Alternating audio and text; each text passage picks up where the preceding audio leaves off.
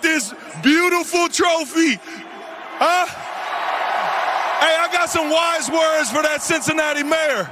Know your role and shut your mouth, you jabroni.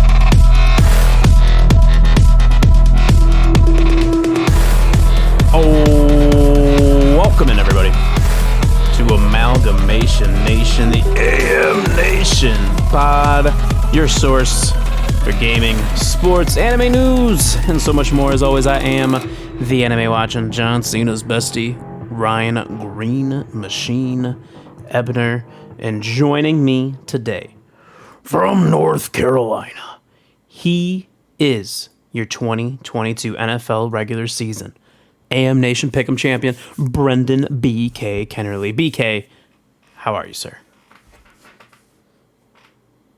Yeah, so everyone at home, when you're listening to these podcasts or when you're in your vehicle, you know, when the other guys are picking, just fucking ignore them.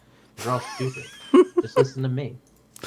I'm kidding. I just got super lucky this year. Ryan and I were talking about that. So, like, worst to first. So I had quite the bounce back year, kind of like the Orioles in baseball last year. Had a resurgence, so hopefully I don't let everyone down next year, and hopefully the Orioles don't do the same, because they've definitely let everyone down in free agencies. So, I don't want to hear it. As a Sox fan, I have no desire to hear about letting people down in free agency. I have absolutely no reason to hear that. So yeah, pretty excited. As we continue to move along. As always, you can find the show on Twitter, Instagram, TikTok at AMNationPod. Hit the follow button on all of those. The intro music from Taicho Beardo. Find his SoundCloud link in the episode description. Also, he is doing video editing and stuff like that. So maybe you're a streamer, maybe you have a product that you were looking on a video editing you need for. Reach out to him, Taicho Beardo, and let him know the AM Nation Pod sent you. So go ahead and check them out there as well. Listen to the podcast on podcast platforms of choice such as Spotify, Apple Podcasts, Google Podcasts, iHeartRadio, and more. Just search Amalgamation Nation, as well as the Big J and BB Show. Check out both of those shows wherever you listen to podcasts. We appreciate that as well. Twitch.tv/UndeadBlackBull is where you find David streaming on Twitch. Make sure you give him a follow and a sub. If you have Amazon Prime, you get a free Twitch gaming sub a month. So give it to Undead Black Bull. And of course, you can help support the show at no extra cost to you by using the AM Nation Pod creator code for Epic Games. So whether you're playing Epic Game Store on your PC, maybe you're playing Rocket League on your Switch, maybe you're playing Fortnite on your Xbox, use that content creator code AM Nation Pod, and that helps support the show at no extra cost to you. So this show today, basically, it's all football. It's all we got. It's all football today. Everything else, kind of start talking about a little bit more next week. I know BK's got some soccer stuff he wants to get into, transfer window. So we'll get into that next week, because next week we'll do our Super Bowl picks and everything when everybody is back. Petey Tahiti is MIA. David is MIA. Dan is wandering around the desert of Arizona, right? And Dan, if you're listening, you have a really big, important role. I'm expecting a lot from you, okay? Next week, the sport world, the world in general of entertainment, descends into Arizona for the Super Bowl. So I expect you, Dan, to get Rihanna maybe an interview, get her to say "Stay Breezy," something like that, right? maybe some other players, some other athletes out there, other celebrities. Let's get it going, right? Maybe get Joe Biden on the show, right? Who knows? Maybe get Joe Biden on the show. Let's start with this though, BK. So let's go over the games from last week, and then we'll get into all the extra stuff, right? So let's start here. Philadelphia knocked out Brock Purdy and the Eagles, or in the 49ers last week. It was pretty much done, I think, once Purdy went down, but like Josh Johnson came in, and kind of like at least they kind of had a semblance of a pass game. And then Josh Johnson goes down. Looks like he got his bell rung a little bit. And then after that, like that was awful. Definitely was really difficult to watch, like because it was just boring. Like you knew they couldn't throw, so they just had to keep handing off to Christian McCaffrey. And one of the things I want to ask you about, not just the game, but like what are your overall thoughts on the Eagles, who might have had the easiest path to a Super Bowl ever? They might they might have had the easiest path, but I think they're a complete football team. Like you can't necessarily like watch them and you're like, oh man, like they have a really great offense or a really great defense and they lack another. No, like all sides of the ball, like offense, defense, even special teams, they are just really good. They're really dynamite. That defense is just legit scary. And yeah, and if that offense does have one bad drive, I mean, they can bounce back the next drive because they can get the big play, whether it's with Smith or with Brown. And then not to mention, like, the running game is just looking – that's what people were worried about, like, especially with Jalen Hurts being hurt and, like, oh, how's the running game going to look? Running game looked fine against a very good 49ers defense, a very good. And at the same token, you know, especially after Purdy did go down, but, like, the Eagles just shut down, you know. Christian McCaffrey looked good, but everyone else didn't really look good on the 49ers there. So hopefully that leads to a better Super Bowl. Before you get into get into your thoughts about the game, and then I want to go through Josh Johnson's playing career by team and by year because it's a fantastic list. Overall, like Philadelphia, like I mentioned, I think they've had the easiest path to the Super Bowl. We haven't had to see them do a whole lot, right? They played a Daniel Jones Giants team that felt like they kind of gave everything they had in that Minnesota game. Like that was their Super Bowl, it felt like. And then Danny Dimes came back to earth. Danny Dimes still probably going to earn $30 million a year, which is crazy to think about. I know Kyle Brandt had talked about that, where he's like, we're missing a middle class when it comes to quarterback contracts. Like there's no middle class and that's a problem currently in the NFL. Because like, is Danny Dimes, like if I'm the Giants, I would like to bring Daniel Jones back. I really would. Like, why not? It looks like Brian Daboll got like something out of him. The Giants aren't going to be in a position really to necessarily get a quarterback that I think is better than Daniel Jones. I mean, maybe. It doesn't necessarily seem that way. But like, I'm not paying him $30 million a year.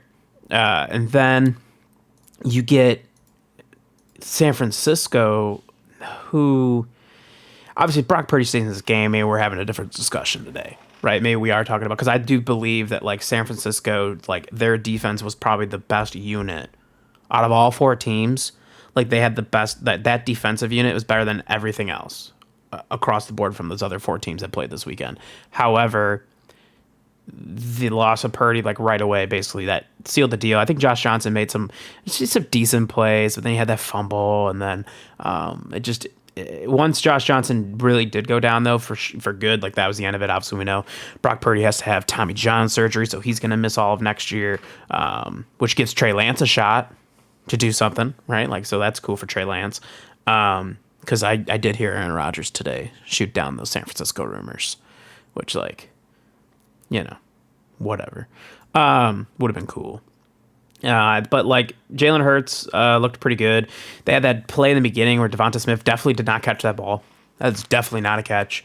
But like no one could see it. Like they moved too fast, and Kyle Shanahan, who I know Pete loves him some Shanahan, but like just kind of like didn't have really a choice there. So that's a tough blown call. Jalen Hurts overall though had pretty solid game. I still think San Francisco's defense looked good, even though Fred Warner went down right away. Bosa went down at some point as well. But so it's going to be really interesting. We'll get into this again next week when we're actually doing our picks and we're dissecting the Super Bowl a little bit more. But like the Eagles are, like, they have a great defensive line, really good offensive line. I don't know how I feel 100% about the Eagles right now. But Jalen Hurts is the first quarterback from Oklahoma to make it to the Super Bowl. So pretty cool. Pretty cool. Not to mention a good story, if not a great story for Jalen Hurts gets benched in that national championship game. Tua comes in, saves the day for Alabama, and then then Hurts kind of has he's a backup. Then he has the resurgence when he transfers to Oklahoma under Riley, and then he's kind of waiting behind Carson Wentz, which is funny, considering now. And then, and he had a really great year. So it's a cool story, I think. Oh yeah, absolutely. What is your thoughts here on the Josh Johnson team list? Okay, I think it's funny. He's been in the league since 2008, by the way. So shout out to Josh Johnson. That's long time. So Buccaneers, 2008, 2011. 49ers in 2012. Sacramento Mountain Lions in 2012. I don't know who that is, but that's some other league. Cleveland Browns 2012. Bengals 2013. Niners again 2014. Bengals in 2015. Jets in 2015. Colts in 2015. Bills in 2015. So that's where he's like getting cut, bouncing around practice squads. Yada yada yada. Ravens 2016. Giants 2016. Then the Texans 2017. Raiders 2018. Redskins 2018. San Diego Fleet 2019, Lions 2019, Los Angeles Wildcats 2020, 49ers in 2020 and 2021, Jets in 21, Ravens in 21, played in the playoffs the other year for the Ravens, Broncos in 2022, and then finally the 49ers here, ending their year 2022. Wild. Yeah, absolutely. Hey, that's nuts. Keep getting them checks, man. Getting them checks. I was to say, what was his career earnings? Do you know? I don't know. I could look it up in a minute, though. Oh, okay. Curious. I'm just curious. Also, so we had another game that was actually better. So usually what you see during what is it? Do you have the number? You look like you were laughing. Oh, I was laughing because the 49ers Eagles game wasn't fun to watch. No, it wasn't. But the second game, much better. Yeah, I think I got to David's in the second quarter for that first game. And then Josh Johnson went down. I was like, well, this is awful. This is absolutely terrible. So then we got to the second game. Usually, historically, on conference championship weekend, either you get two really good games or one bad game and one good game. You never usually get two bad games. So that's pretty cool. So you had the Chiefs and Bengals, which I think we all anticipated was going to probably be. We actually thought I think both games would be good, but then obviously Brock Purdy goes down. Kansas City survives at home against Cincinnati. Listen, one thing I'll say right now is Mahomes looked really gutsy in that performance. You definitely saw later into the game that ankle was actually aggravating him. I still refuse to believe he has a high ankle sprain. He might have an ankle sprain and they misdiagnosed it and now they don't want to say anything because they don't want to know that they fucked up. But I just refuse to believe that that's an actual legitimate high ankle sprain. I could be wrong, but I just don't think it is.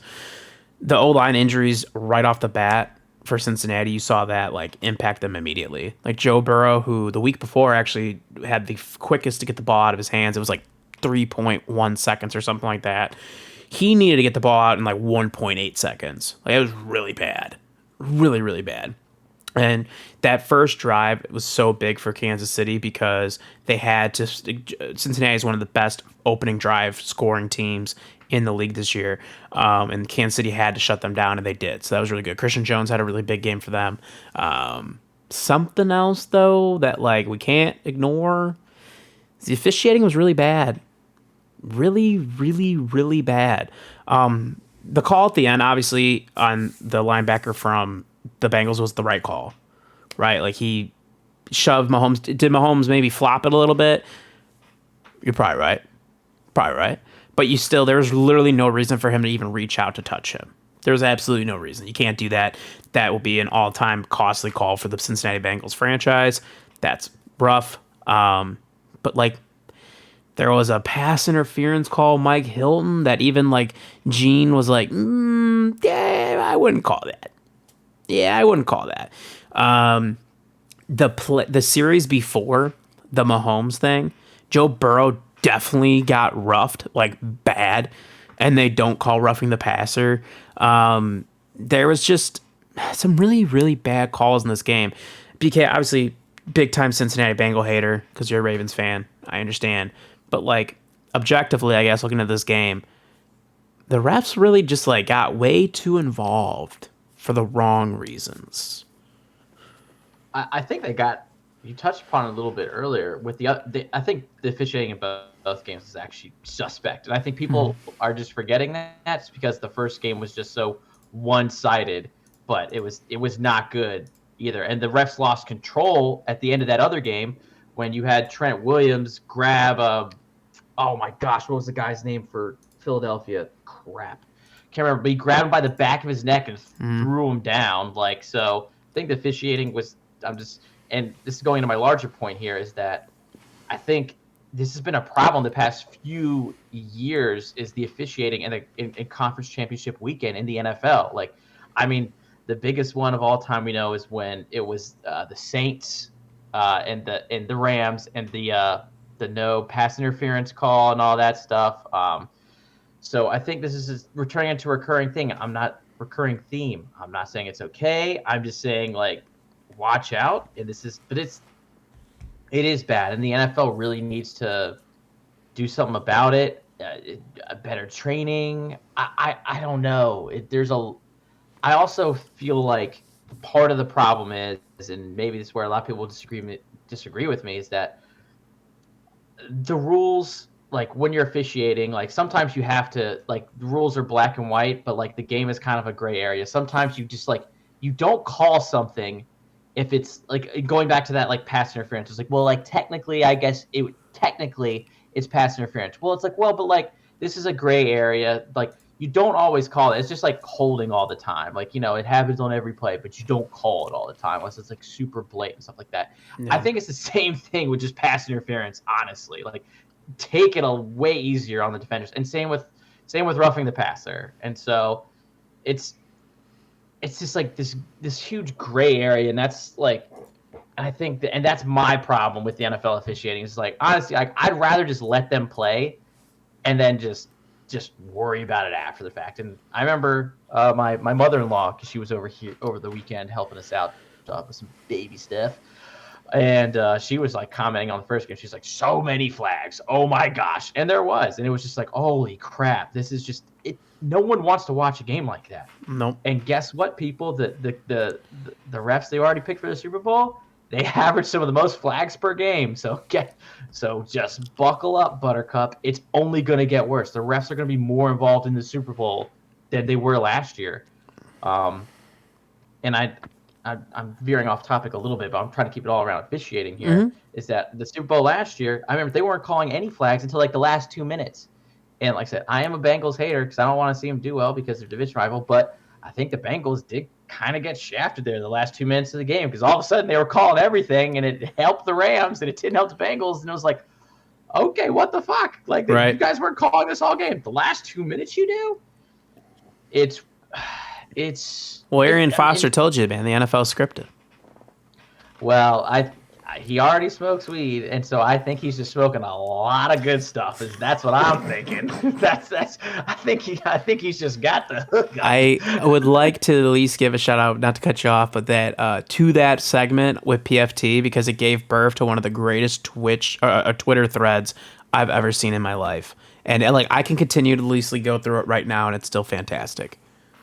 Oh man, it was so great. I remember when because you sent that to us, and then and that's when I saw it, and so I started such great stuff. And then I think it was really great that like the other players were commenting on it too, and like Marlon Humphrey of the Ravens was like, "Oh yeah, it was in the NFL script for Jamar Chase to burn for 200 yards." I'm actually loving it. Like, it was really funny. Like the players were like, "Oh yeah," like. So I think that's what made it better, and just like further proves just like how far down the rabbit hole Arian Foster is. Yeah, he might have stormed the Capitol for all we know. So, yeah. The last thing about the officiating, and I know I hope this doesn't turn into, and not this because I like Mahomes, but like, I really hope that, we're getting out of the Brady era, which we'll touch upon later with him retiring. But it's like Brady annoyed the ever living shit out of me because the refs loved him, looked out for him, and he whined like a 2-year-old to the refs. I fucking hate that shit. I cannot fucking stand it. So I hope that we're not heading into this era where Mahomes is going to get all these phantom calls and whatnot, and everything's going to be slanted towards them. I wouldn't be shocked if the NFL did that, but it's going to suck because that's one of my biggest gripes of the Brady era. Would get away with murder. And I remember when he was sliding down and he kicked Ed Reed, slid down and then stuck his foot out, and got away with it. So it's just the NFL. And you know what? I'll even tie this back into your Kyle Brad comment about the NFL not having a middle class of QBs, because the NFL emphasizes QB play too much and made it a lot easier for them to do it, that there is no middle class. It's all superstars. That's what they wanted, because they wanted this. So This is the problems they have to deal with now, and there's no solution. So this is the world we're living in.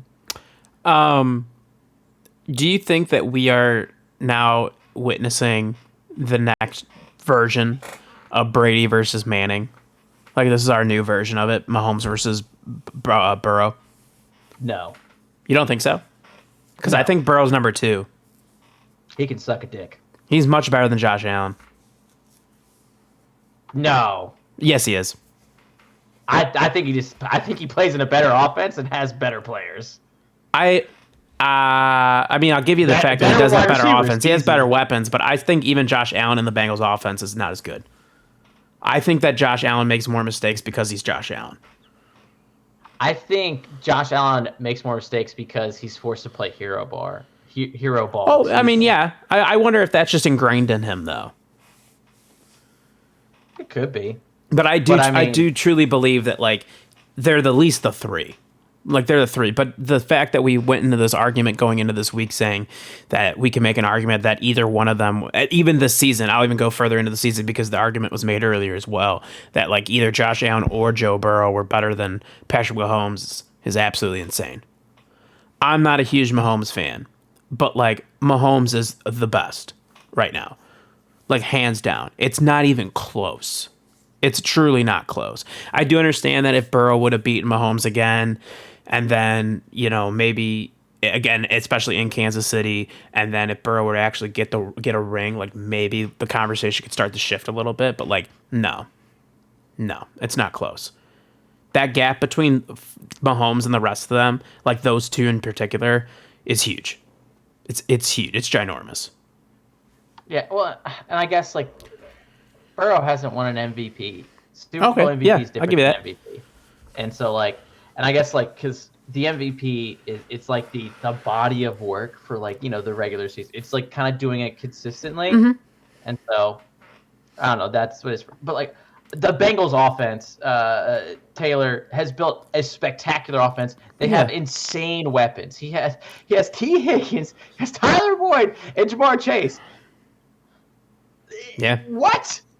And then he has Joe Mixon, which we'll get that. Yeah. But Joe Mixon's Samaj P. Ryan honestly steps in well. And honestly, Hayden Hurst. Off-field issues aside, Joe Mixon's a fantastic NFL running back. He's really good. Josh Allen's never had a fantastic NFL running back ever, and Josh Allen has one wide receiver. His name's Stephon Diggs. Stephon Diggs is fantastic. Yes, top 5 wide out. Davis is I wasn't a fan of Gabe Davis coming into this year, and I think his stats prove that this year. I hope that Pete is listening back to this, and I can't wait to hear his comments next week. I can't wait. Because in my brain, I was like, I can get real spicy, and I hope Pete wants to be spicy. I assume Pete's also on the Joe Burrow train. I'm not going to lie to you. All right, I assume Pete and I were on the same path there. Look, Joe Burrow at LSU, big fan. If he would have went anywhere besides AFC North, I feel like this conversation would be, he might be number 2. Yeah, but instead it's no. No. well, okay. Like, so not to say I wanted Joe Burrow to see at LSU. Great story. I mean, great personality.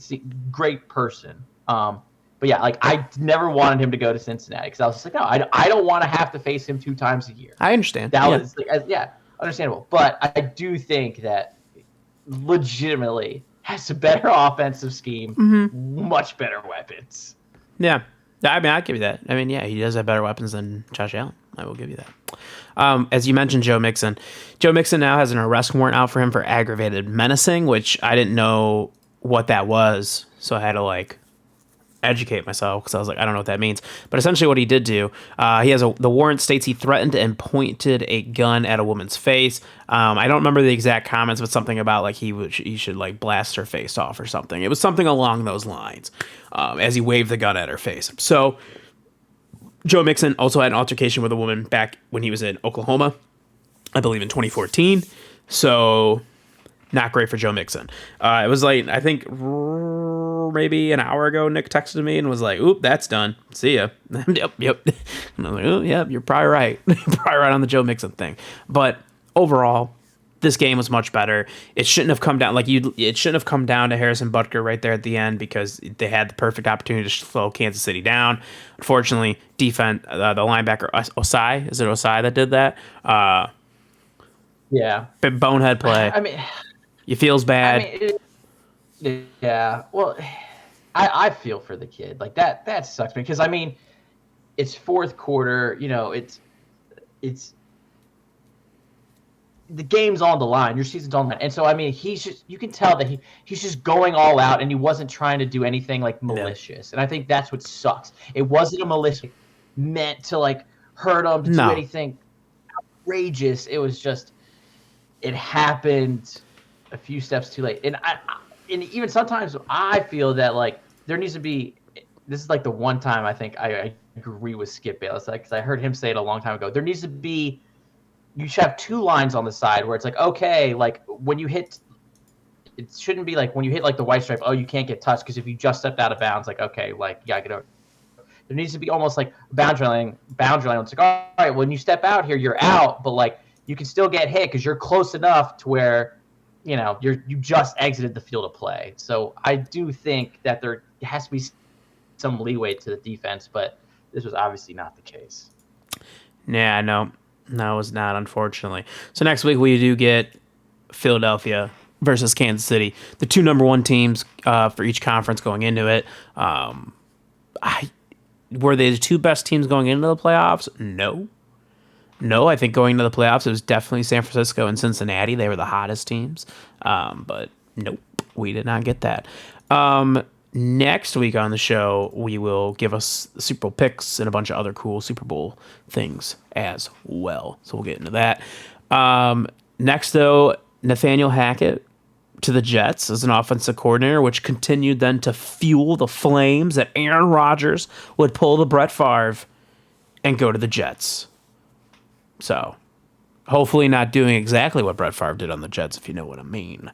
But could be. Oh, but Aaron Rodgers could be going to the Jets.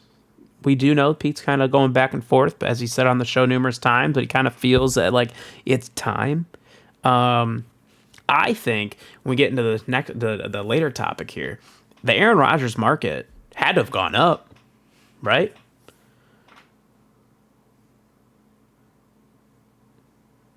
Maybe. Well, 1 quarterback's off the board. Yeah, true. I mean, I don't know. Would you want Aaron on the Ravens?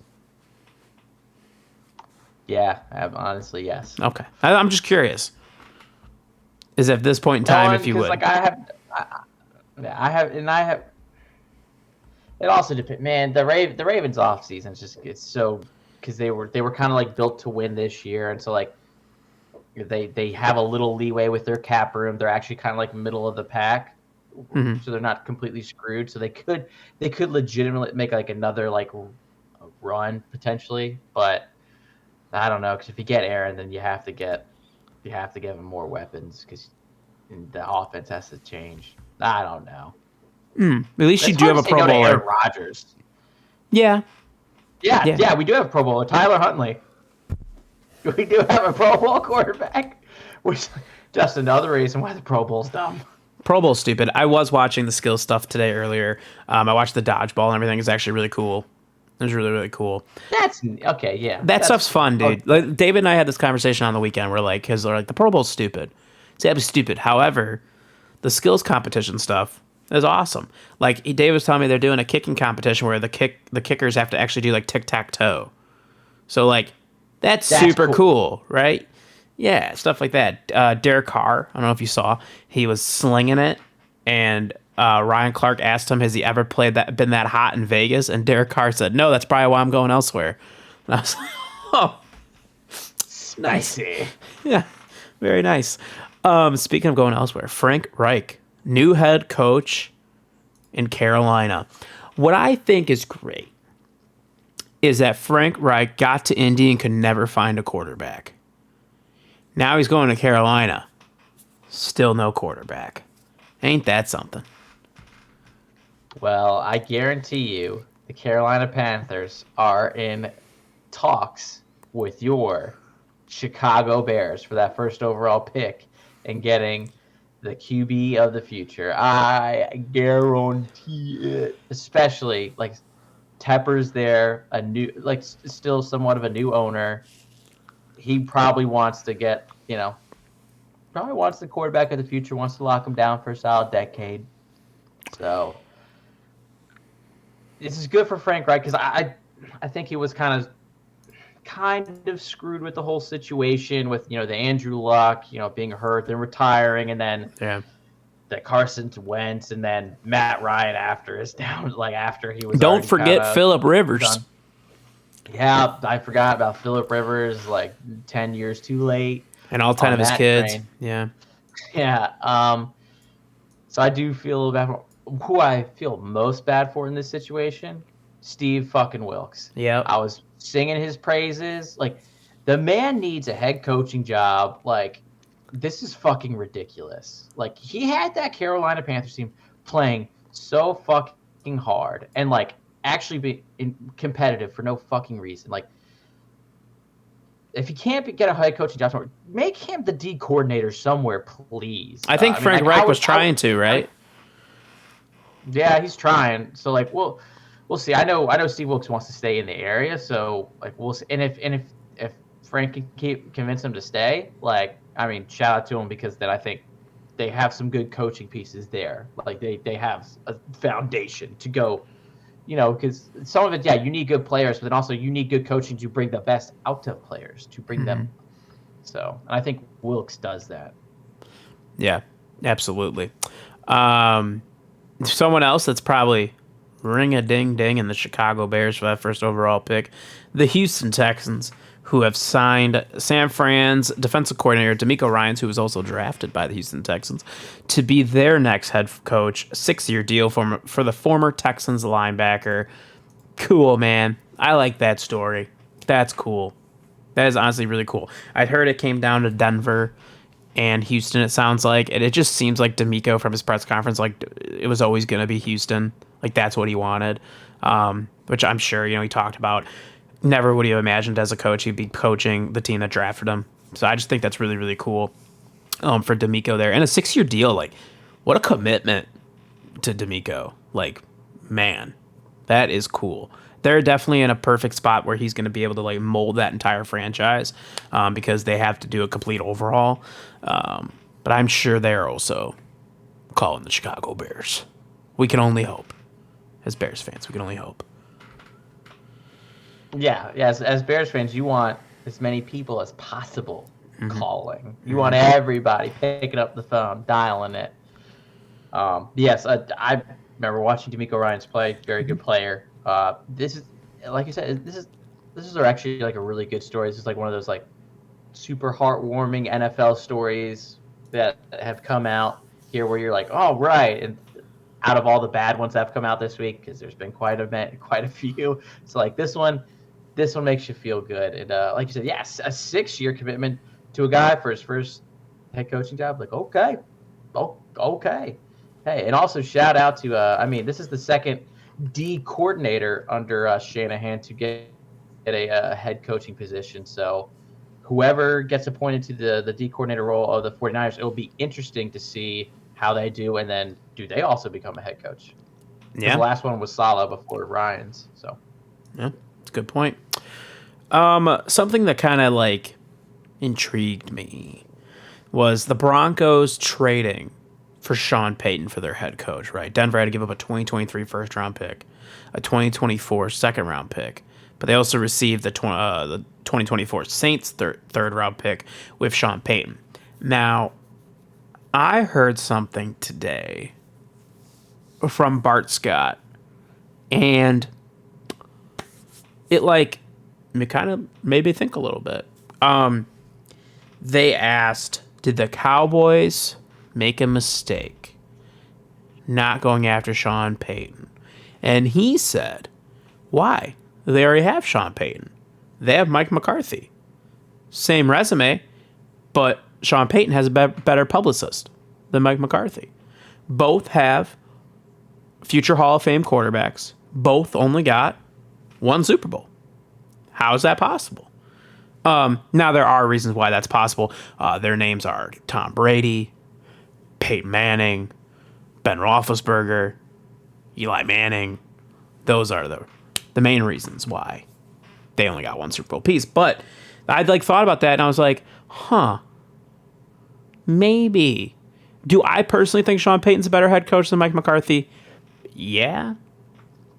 But to me, to give up this much, Denver now has invested in the last 2 years so much into Russell Wilson, your boy, Russell Muscle Hustle Wilson, and Sean Payton. And BK, they're not going to get anything out of this. I just don't think they are. Do you smell that? Do you smell that? No, the Rock's not cooking anything. No, it reeks of desperation. That's what this move is. Just like that. I thought it was pretty good, too. I completely agree with you, Sean Payton. One Super Bowl win. He's always been a fantastic offensive mastermind and play caller, but sometimes, I remember, I read this long ago, that was sometimes he's almost too smart for his own good, where he tries to almost get too tricky and too creative to where the play ends up not working out. It's kind of like Andy Reid, but Andy Reid gets crazy in a good way, and it works out because they just did a triple fumble Rooski with the backup center. It's they do just the wild things and the crazy motion. This is an insane amount to give up for Sean Payton. If you're a Broncos fan, this would not make me feel good, because you've completely leveraged your future on Wilson, who looked pedestrian last year. Pedestrian. This is going to be interesting. Because that division's tough. That's a tough division. Sean Payton's got to come in there and somehow make Russell Wilson a good quarterback again, which, hey, no, maybe he could. Pete Carroll has only won one Super Bowl as well. So. Yeah. I think that winning the Super Bowl is generally hard. We'll say correct. that in Peyton's defense, in Mike McCarthy's defense. You're right. I do think, obviously you hope having a generation, defining quarterback would help, right? Whereas Sean Payton, you're talking about the bad officiating, that arguably screwed the Saints out of a Super Bowl win. You're correct. You are correct. Moving along here as well. Something else about bad officiating. So we saw last week that tackle on Tony Pollard that took him out for the rest of the year, fractured fibula. The competition committee is to discuss the mechanic of Jimmy Ward's hip drop tackle. And let me tell you something, BK. Let me spell it out for you. The NFL is SAWFT, soft. extra soft, dude. Usually, like, you're the one that just, like, completely pushes the narrative of the NFL's really, there's just big babies. They need to let these guys play hard. But, like, this is the situation. Because not only did Tony Pollard fracture fibula, that was the same week that Patrick Mahomes had a guy do the similar thing, falling onto his ankle, which I honestly thought maybe he shared his ankle when that happened instead of this ankle sprain. But, like, it was nasty. Dude, why don't we just make it touch football? Or flag football at this point, if this is what we're going to do. I'm sorry. You are taking so much away from the defense. I think I actually watched it. It was during the Cincinnati-Kansas City game. Pretty sure Christian Jones or Frank Clark or somebody at some point went to get Joe Burrow, and they literally just kind of held on to him. They didn't even let him go. They just oh, here you go. Because that's what they have to do now. Like, otherwise you're screwed. Except at the end when they definitely threw Joe Burrow and roughing the pass, and they didn't call that, but, like, hey, whatever. Not everybody gets it, you know what I mean? But, like, it does, it's just so stupid. Like, we have to, the NFL is going to play their way into a situation where they're going to do too much, and people are going to be turned off by it at some point. I know next week we're going to get into the viewership numbers and, like, the surprise there, but, like, I do believe that the NFL continues to get too hands-on. It's going to become a little bit of an issue. I wish the people at home could see me on the video. They can. I'm streaming it right now, so they can. Fuck. So I've been picking my nose the whole time. Have you seen it? Yeah. Awesome.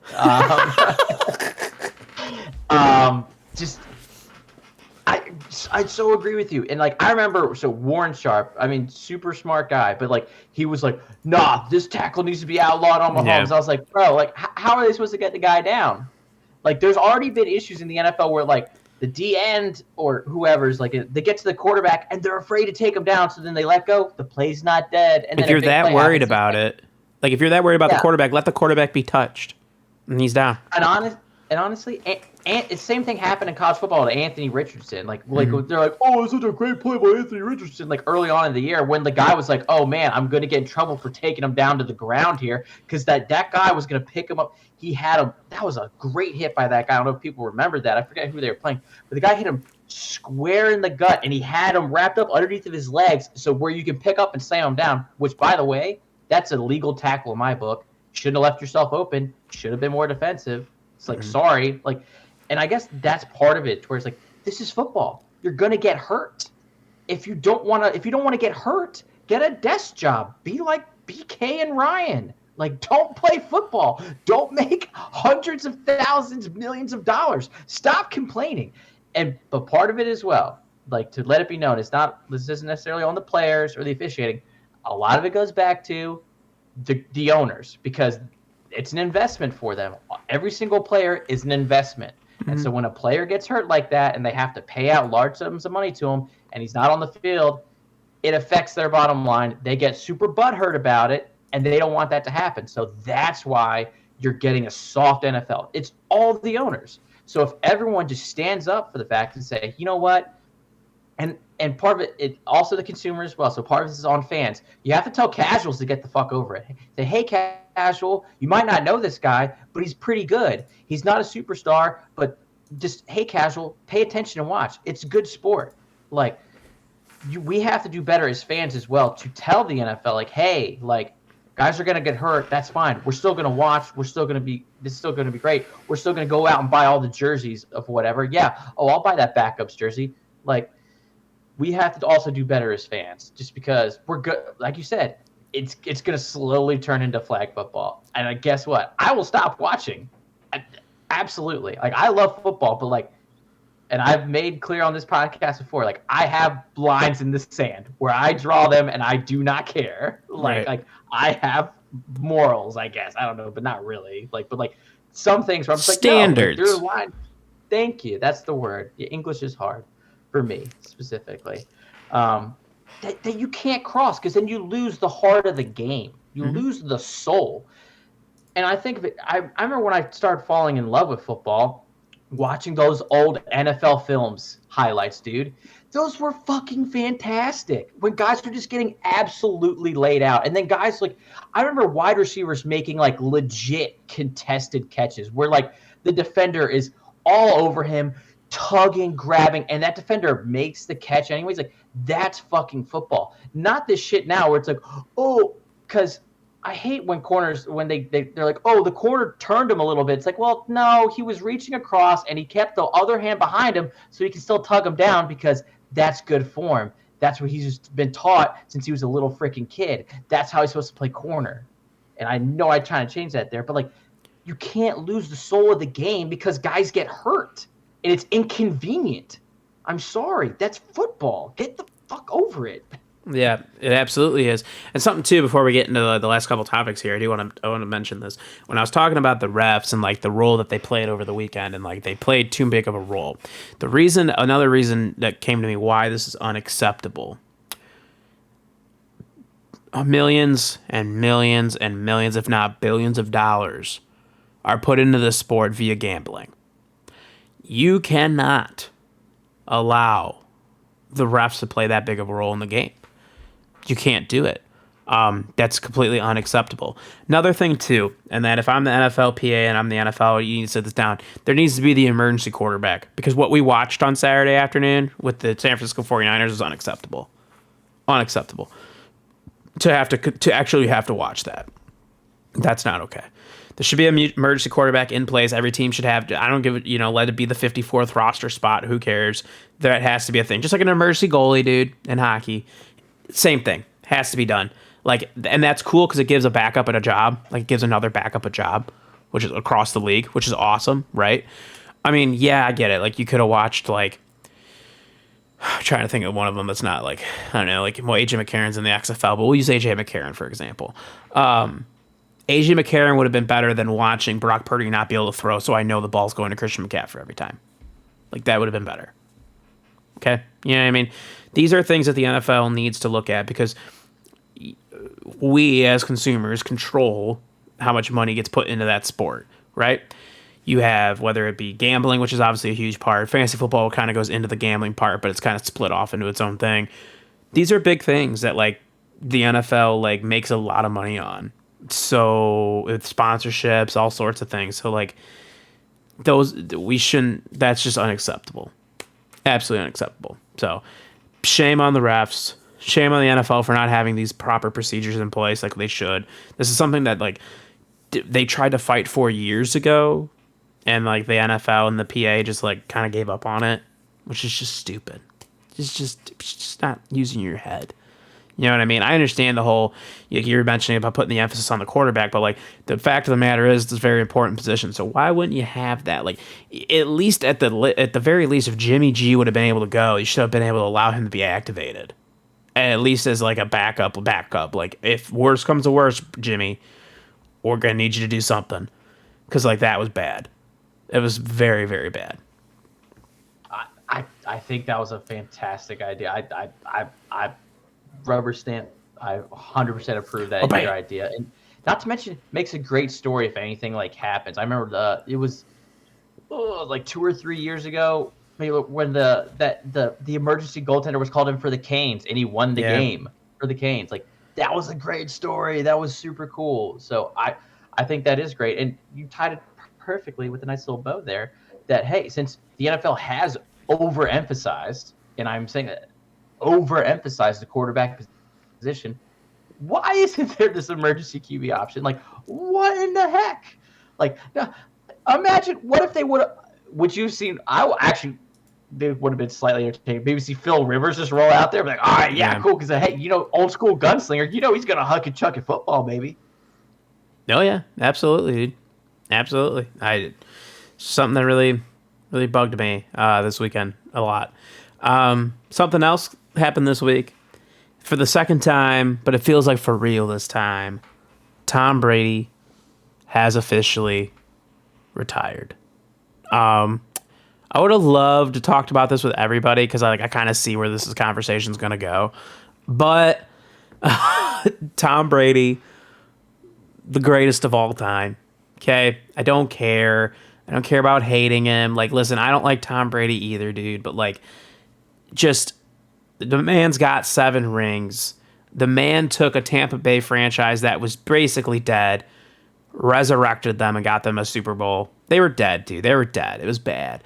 And like now he leaves them and they're going to be dead again. That's okay. Look, he left New England. New England's dead, right? Like, so we can get over the fact of Bruce Arians and Bill Belichick and blah, blah, blah. Listen, dude, the Tom Brady thing also comes down to he was in the 6th round.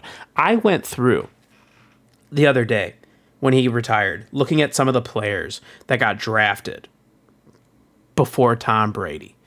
The Chad Penningtons, the Chris Redmonds of the world.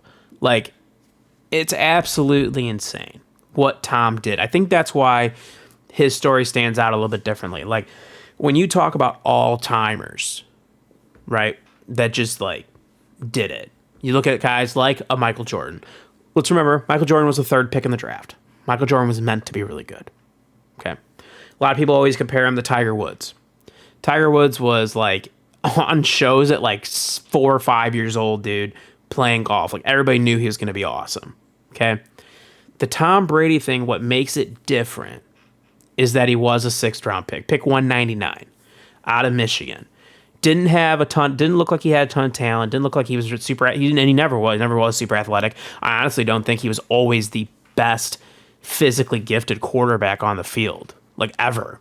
I don't think he was, but he just had a way of doing things in the way that he emphasized on like preparation and being better. Like that was Tom's thing. So I had the privilege of seeing him play once. It's one of the coolest things I've ever seen. I rooted against him the entire time as he played the Steelers. But like it was just one of those things to watch it in person and be like, oh, this guy's like for real. Like this is just a whole different thing. So it's going to be weird to watch football and not have Tom Brady. Right call, in my opinion. Absolutely right call for him. Not that he regressed, because I don't want to say that at 44 years old, 45 years old. I don't know if he necessarily regressed. He still had a really good year. It's just, you could tell as the season, like all through the off season, you could just tell that there were times where he just looked tired. Someone had mentioned the game they were mic'd up when they played San Francisco, and Tom was on the sidelines trying to get like his offensive linemen fired up, and like his linemen just looked like they could care less. And I wonder if that's like one of those moments where Tom was like, okay, all right, yeah, I'm done. Like I'm done with this. You know what I mean? Because like the thing with like Tom Brady, Kobe Bryant, Michael Jordan, Tiger Woods, those guys have this like drive, the competitive drive to be better than you. They want to be better than you. They want to show you that they're better than you. So when you don't match that, when like you ask that of your teammates, right? Those like specifically Kobe, Michael, and Tom, like they asked that of their teammates. They demanded it. And I think maybe that was part of it. It was slightly surprising in the fact of like, man, San Francisco just seemed like the perfect spot. It really did. Brock Purdy's done. He's got Tommy John surgery. We don't know what Trey Lance is going to look like. They have all these weapons. Tom's from the Bay Area. Like, whew. And for Tom just to say, like, you know what? I think I'm done. Posted a video while he's on a Miami Beach. Waves crashing in the background. And that's it. Tom Brady will no longer have to haunt you, BK, ever again. It's all done. It is over. But yeah, Tom Brady. And another thing before I let you go, BK. He signed a 10-year deal last year in May with Fox. And like I feel so bad for Greg Olsen, who's been like the best. Like he's been fantastic. And in regards of primetime color commentators, he's the best right now. Greg Olsen's actually like really good. I wish Brady would have signed and taken Romo's spot, because Romo's just awful. You would rather have listened to Brady than Romo? Yeah. Oh, yeah. 10. I haven't even heard Brady yet, but yeah, I'll take Brady 10 times out of 10. Romo, like I liked Romo when he first started. Like he was like genuinely like new and different, and he was kind of calling out the plays. But now he's just everything he does. It's like my issue with like the overemphasis on the QB position, where he's just like, oh yeah, no, that was on the wide receiver, timing was off, blah blah blah. And he's just so skewed towards the offense. It's just like, all right, dude, like stop. Like, you are just awful to listen to. You're awful, and you're paired with the best. You're paired with Jim Nance, who's just a god, and you are just awful. You're bringing down the god, Jim Nance. So, well, shout out to Brady for a great career, even though he's a cheater. Shout out to him for retiring. Glad he went out on bottom this year, so that was great. Yeah. Glad it didn't win it all. I do feel bad for him in a certain sense where I do agree that he did kind of look tired. Well, and that whole Buccaneers team looked tired. It looked like they kind of packed it up a little bit, like, hey, we won the Super Bowl, and just kind of rested on their laurels a little bit. I mean, their D-line was gutted. They lost JPP and Sue, which we were saying that was going to be huge. They lost a lot of their offensive line as well. There were a lot of contributing factors. Oh, not to mention Bruce Arians, the great architect. He wasn't there either. And guess what? Arians did clearly matter. He mattered a lot. Period. Where I'm going into I also feel bad for Brady is because, like, the man threw away his marriage to a smoke show of a wife who makes way more money than him to play football again. Way more money than him.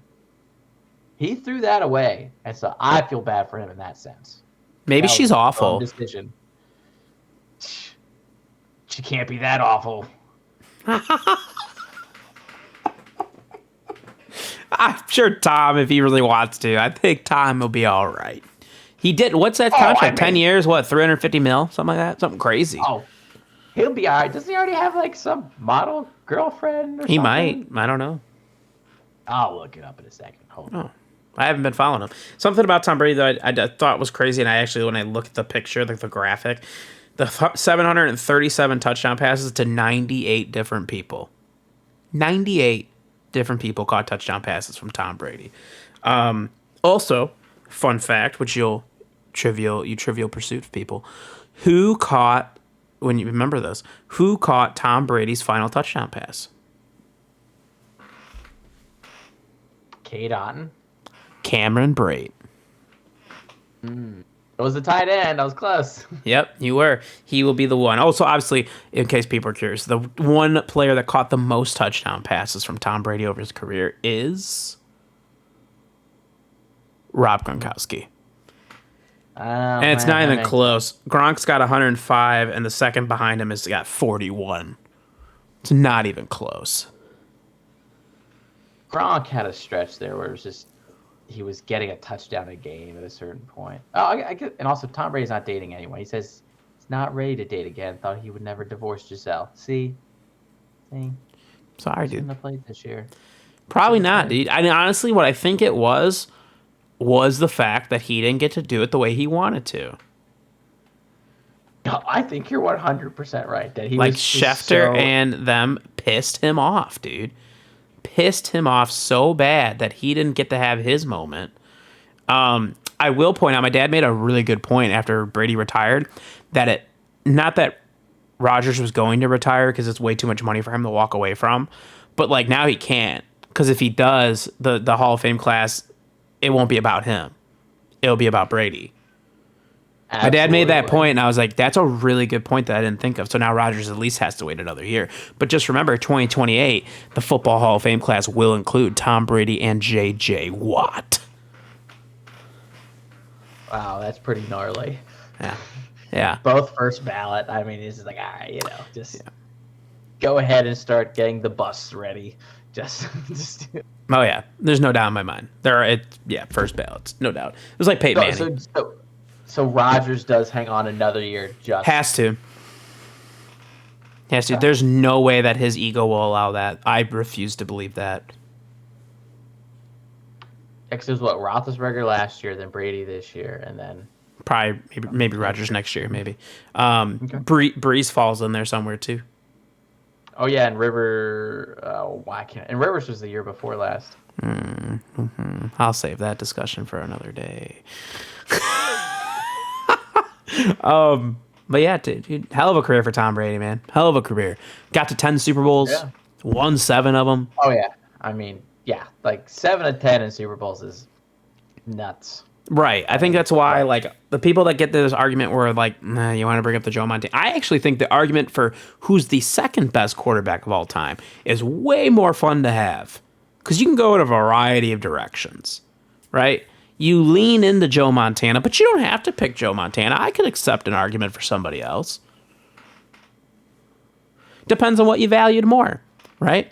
When you look at Tom, not only can you value the championships like we do with Michael, but you can value the stats too, because he's number one in all of those too. For now. Yeah, I mean, the game's changed to a point where somebody will catch him. I mean, Mahomes is on the right track, so like, but the 7 championships, even, like, I don't Brady's know. Yearly, the 7 championships. But like the yearly averages for Brady, he wasn't even like the top 3 for his when he was playing. For his yearly averages for touchdowns or yards. Right. So. He's just consistent, dude. Oh no, he is though. Yeah, Consistently absolutely. an asshole. Just kidding. He's actually a really nice guy. Everything I've read about, he's actually like a really nice person. I will not disparage him. He's like, but as a Ravens fan, you're a piece of shit. Yeah, but like, see everything I've read and seen, he's actually like a really great human being. So you stop Kyle Bollinger from being great. Oh, Kyle Bowler was awful. Ugh. Oh man! Before we go, I do want to say the AFL, the Arena Football League, is returning in 2024.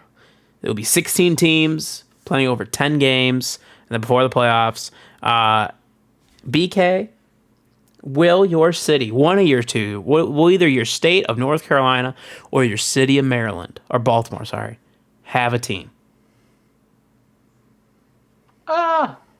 Yeah, I could see that. I mean, 16 teams is actually quite a bit. That's a lot. But now that you brought up the AFL, let me ask you a question. I'm going to piggyback off of you.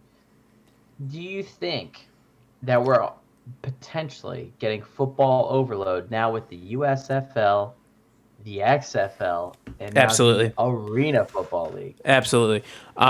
There's no doubt in my mind that like that is a problem. So like, who was it? Oh, it was Nick. We were at David's house and we were talking about football and like how I said this was the last week that you would have back-to-back NFL games being played until August. And it's always sad, dude. You're always sad at the end of the year. It honestly is one of the most sad times because you just like, there is nothing like the NFL. I'm sorry. If you don't watch the NFL or you don't understand it, that's your loss because there is just nothing like it. Baseball does not compare. The baseball purists that just love it so much, good for you, dude. It is not nearly the same. Hockey, sorry, it's not the same. Basketball, not even close. Like, nothing compares to football. However, Nick made a great point where he said, but if we had more of it all year, it would just kind of lose its thing. Like, it's perfect. I get it all fall and all winter, and it's perfect. And I look forward to it again for the rest of the year. That's the thing, dude. Football ends, and you just crave more because you're excited for it to come back. Now, the thing about the XFL, the USFL, and the Arena Football League is like how many people actually pay attention, right? I did not watch a single USFL game. I think maybe I caught up like a glimpse of it, and I was like, this is bad. Not watching that. The XFL, I did watch when it came back the last time because I actually kind of like liked it. But this is kind of cool, you know. And like now I'm kind of excited because the Rock's behind it, so I feel like that one at least has like some kind of chutzpah behind it, or like I'll like check that out.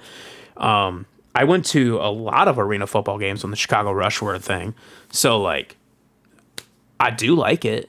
I need to see where these fall in regards of like time, the seasons, like where they're at.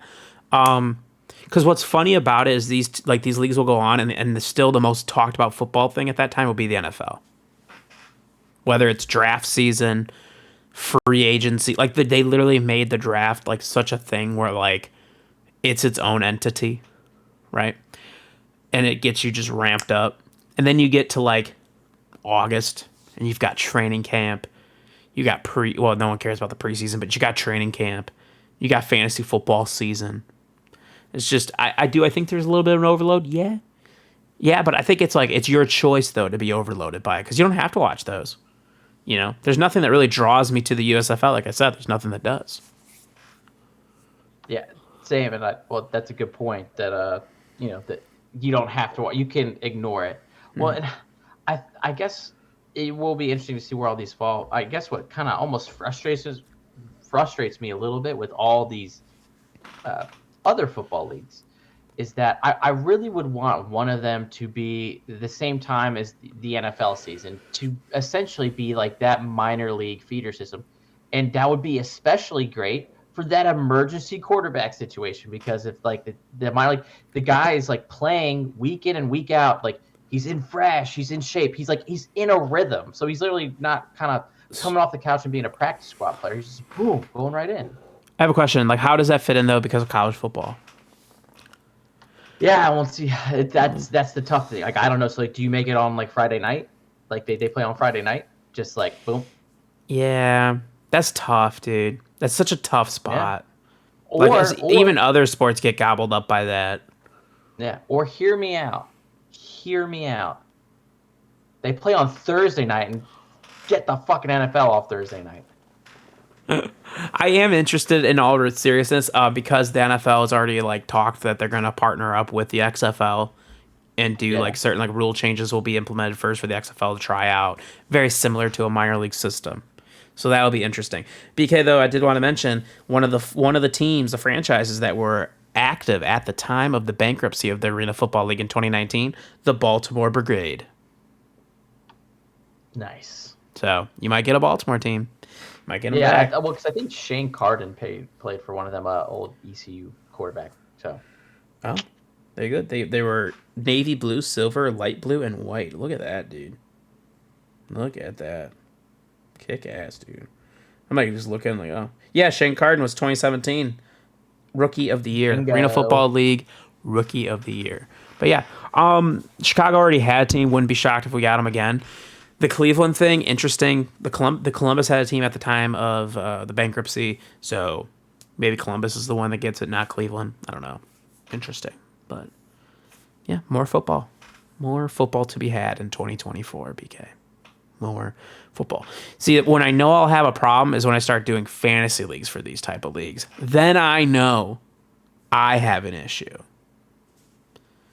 And I'm not going to do that. Or not going to do that. Okay. Well, I was going to ask here because, I know you guys like sports gambling. I'll gamble I will gamble the shit out of these games.